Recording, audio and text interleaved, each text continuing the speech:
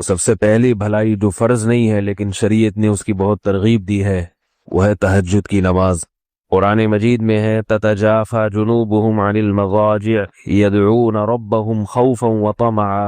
ومما رزقناهم ينفقون۔ فرمایا ہمارے جو نیک بندے ہیں ان کے پہلو رات کو ان کے بستروں سے الگ ہو جاتے ہیں۔ کیوں الگ ہوتے ہیں؟ جنت کے شوق میں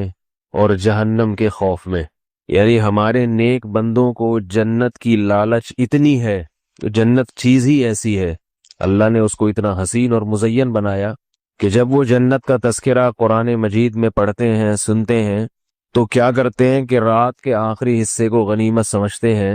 اور اس میں اپنے رب کے سامنے کھڑے ہو کر یدعون ربہم، رب کو پکارتے ہیں، خوفا و طمعا، جہنم کے خوف سے اور جنت کی لالچ میں۔ ایک اور مقام پر ہے ربنا اصرف عنا عذاب جہنم ان عذابها کان غراما، کہ رات کو یہ دعا مانگتے ہیں کہ اے اللہ ہم سے جہنم کے عذاب کو دور کر دیجئے، اس لیے کہ اس کا عذاب چمٹ جانے والا عذاب ہے۔ تو قرآن مجید میں بہت سارے مقامات پر تہجد کی نماز کی بے پناہ فضیلت وارد ہوئی ہے، اور احادیث میں آپ صلی اللہ علیہ وسلم کا اپنا عمل تو سب کو معلوم ہے کہ کھڑے کھڑے آپ صلی اللہ علیہ وسلم کے پاؤں مبارک سوج جایا کرتے تھے۔ ہم اتنی عبادت تو نہیں کر سکتے لیکن تھوڑی سی اس سنت کو زندہ کرنے کی کوشش کر سکتے ہیں۔ حدیث میں ہے، صحیح بخاری مسلم کی حدیث ہے، آپ صلی اللہ علیہ وسلم نے فرمایا نعم الرجل عبد اللہ لو یصلی من اللیل، کہ عبداللہ بن عمر کیا ہی بہترین آدمی ہے اگر وہ رات کے حصے میں کچھ نماز پڑھ لے۔ ساری خیریں ہیں، ساری بھلائیاں ہیں، ایک چیز رہ گئی ہے، رات کے آخری حصے میں نماز نہیں پڑھتے۔ تو عبداللہ بن عمر کے بیٹے حضرت سالم فرماتے ہیں کہ یہ سننے کے بعد میرے والد نے، عبداللہ بن عمر نے،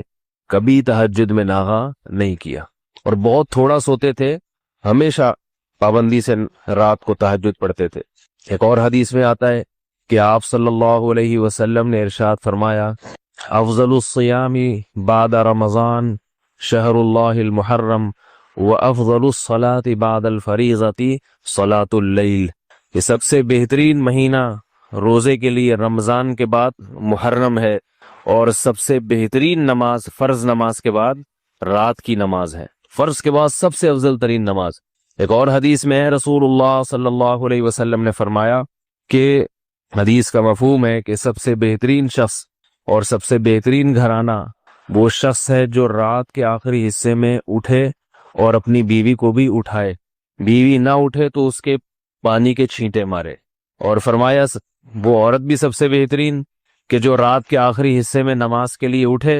اور اپنے شوہر کو بھی جگائے، نہ جاگے تو اس کے پانی کے چھینٹے مارے تاکہ اس کی آنکھ کھل جائے۔ تو آپ صلی اللہ علیہ وسلم نے اہل خانہ کو بھی ترغیب دی ہے کہ میاں بیوی ایک دوسرے کو بھی اٹھائیں، لیکن یہ جب ہی ہے جب شوہر اپنے مزاج کا ہو عورت کے، یا بیوی شوہر کے مزاج، ورنہ آپ نے چھینٹے مارے، اس نے اٹھا کے مگا دے مارا آپ کے منہ پہ، بیلن اٹھا کے سر پھوٹ گیا، تو ایسی صورت میں اوائڈ کرنا چاہیے، وہ خود ہی پڑھ لیں تو انشاءاللہ ثواب مل جائے گا۔ تو یہ بہت بڑی فضیلت ہے۔ آج کل لوگ مجھ سے وظیفے پوچھتے ہیں بہت فون کر کر کے کہ یہ کاروبار نہیں مل رہا، جو ہے رزق کی تنگی ہے، تو وہی عاملوں کے چکر میں پڑتے ہیں، کسی نے بندش لگا دی، کسی نے یوں کر دیا۔ تو قرآن میں اللہ کیا فرماتے ہیں کہ اللہ جس کے لیے رحمت کا دروازہ کھولے تو کوئی بند نہیں کر سکتا، اور جس کے لیے اللہ دروازہ بند کر دیں تو کوئی کھول نہیں سکتا۔ یہ تو بندش سب ایسے ہی باتیں ہوتی ہیں۔ تو اصل کرنا کیا چاہیے؟ وظیفوں میں وقت برباد نہیں کرنا چاہیے۔ یہ جو وظیفے بتانے والے ہوتے ہیں نا، ان کے پاس کوئی دلیل نہیں ہوتی، بس ایک اندازہ ہوتا ہے کہ یہ کرنے سے یوں ہو جائے گا، یہ کرنے سے، ایک اندازے ہوتے ہیں۔ تو لوگوں کے اندازوں پہ اور ان کے اٹکل پہ اپنی صلاحیتوں کو، اپنے وقتوں کو کیوں برباد کر رہے ہیں؟ جو اللہ اس کے رسول نے جس چیز کی اہمیت بتائی ہو، جن وظائف کی یا جن اعمال کی، ان کی طرف توجہ دینی چاہیے۔ تو حدیث میں آتا ہے کہ رات کے آخری حصے میں اللہ آسمان دنیا کی طرف آتے ہیں اور فرماتے ہیں حل من مسترزقین اغفر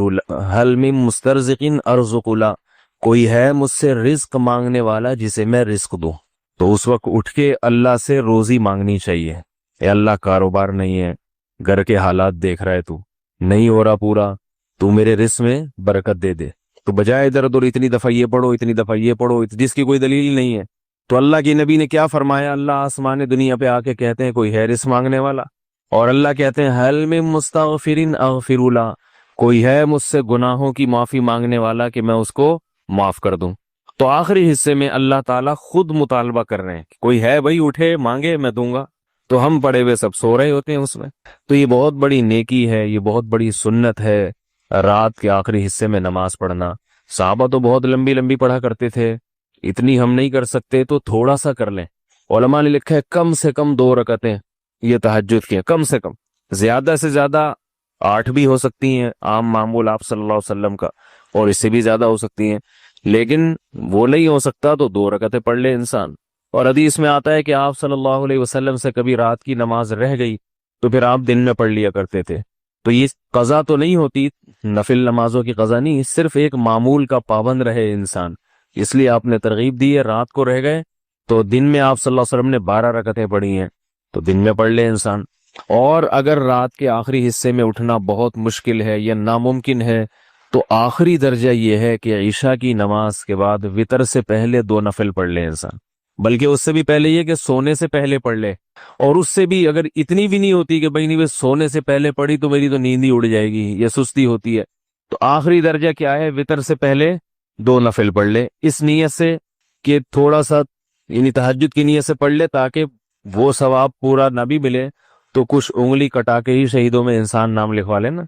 یہ جو ہے کہا جاتا ہے نا انگلی کٹا کے شہیدوں میں نام، تو یہ اسی لیے ہے کہ بہت سے لوگ انگلی ہی کٹاتے ہیں اور وہ کچھ قربانی میں ان کا نام آ جاتا ہے، تو پورا کام نہیں ہو سکتا، تھوڑا سا کر لے، رات کا وقت بھی ہے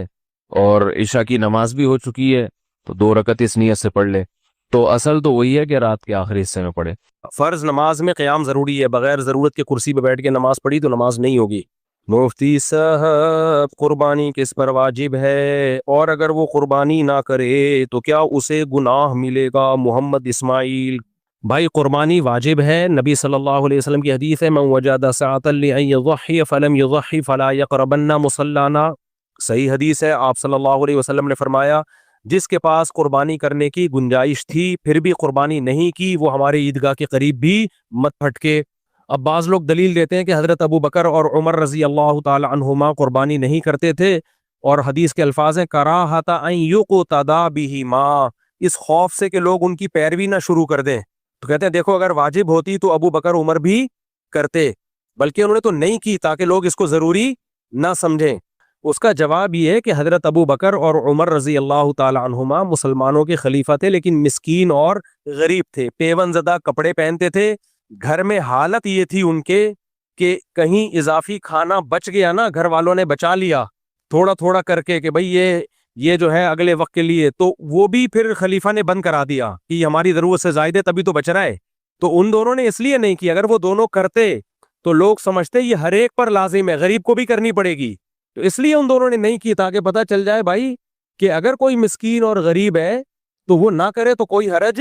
نہیں ہے، ورنہ کامن سینس کی بات ہے کہ ابو بکر اور عمر ایک سنت کو ختم کریں گے جس کو نبی نے زندہ کیا، ہر سال نبی نے قربانی کی ہے اور حکم دیا قربانی کرنے کا، اور بتایا کہ تمہارے باپ ابراہیم علیہ السلام کی یہ سنت سے یا اصطلاحی سنت مراد نہیں ہے، طریقہ ہے تمہارے والد ابراہیم علیہ السلام کا، تو ابو بکر عمر کہیں گے کہ ہم نہیں کریں تاکہ لوگ کرنا نہ شروع کر دیں، تو یہ کامن سینس کی بات ہے، کیا یہ تو ہو ہی نہیں سکتا، انہوں نے اس لیے نہیں کی تاکہ غریبوں پر لوگ لازم نہ سمجھیں، امت حرج میں پڑے گی۔ باقی اسلاف میں اس میں اختلاف تھا، بعض اسلاف اس کے قائل تھے کہ واجب نہیں ہے اور سنت موقدہ ہے، سنت موقدہ بھی واجب کے قریب ہی ہوتی ہے، اور ہر گھر میں گھر کے سربراہ اگر کر دے تو سب کی طرف سے ہو جائے گی، تو بعض اسلاف کا، ایک منٹ میں یہ بات کمپلیٹ کر لوں، تو بعض اسلاف کا یہ نظریہ ہے، تو ٹھیک ہے ان کا ہوگا نظریہ، ہم اس بارے میں امام حنیفہ جو بہت اسلاف کے امام تھے ان کو فالو کرتے ہیں، جن کو آدھی سے زیادہ امت نے فالو کیا، اور ان کی دلیل مضبوط ہے، صحیح حدیث ہے، جو قربانی کی استطاعت رکھتا ہے نہ کرے قربانی، وہ ہماری عیدگاہ میں نہ آئے، اس میں آپ نے گھر کے سربراہ مرد عورت کا کوئی فرق نہیں رکھا، تو اس لیے مضبوط رائے، اور عبادت میں ویسے بھی احتیاط کے پہلو کو ترجیح دی جاتی ہے، جب دونوں طرف دلائل ہوتے ہیں تو عبادت میں احتیاط والے پہلو کو ترجیح دی جاتی ہے، تو جو بھی مالدار ہے اس پر قربانی لازم ہے۔ مالداری کا مطلب کیا ہے؟ مالداری کا مطلب یہ ہے کہ 52.5 تولہ چاندی، جس کی آج کل قیمت کیا چل رہی ہے بھائی کسی کو پتہ ہے؟ سن 2025 میں 1446 ہجری میں کیا چل رہا ہے مارکیٹ میں؟ 52.5 تولہ چاندی، جولائی ہے نا یہ، سوری مئی ہے، یہ مجھے نہیں پتا، نیٹ پہ سرچ کر لینا، 1.5-2 لاکھ روپے بنتے ہیں، جس کے پاس اتنے پیسے ہوں یا اتنی مالیت کی چاندی ہو یا کوئی پلاٹ جو استعمال میں نہ ہو، ضرورت سے زائد چیز جو کبھی پورے سال استعمال ہی نہیں ہوتی، تو وہ کیا کرے گا؟ سارے قرضے پہلے نکالے گا، اور اس مہینے کا راشن جو آئے گا، بچوں کی اسکول کی فیسیں، گیس بجلی کے بل سارے مائنس کر کے اگر اتنے پیسے بچ رہے ہیں تو پھر اس پر قربانی لازم ہے۔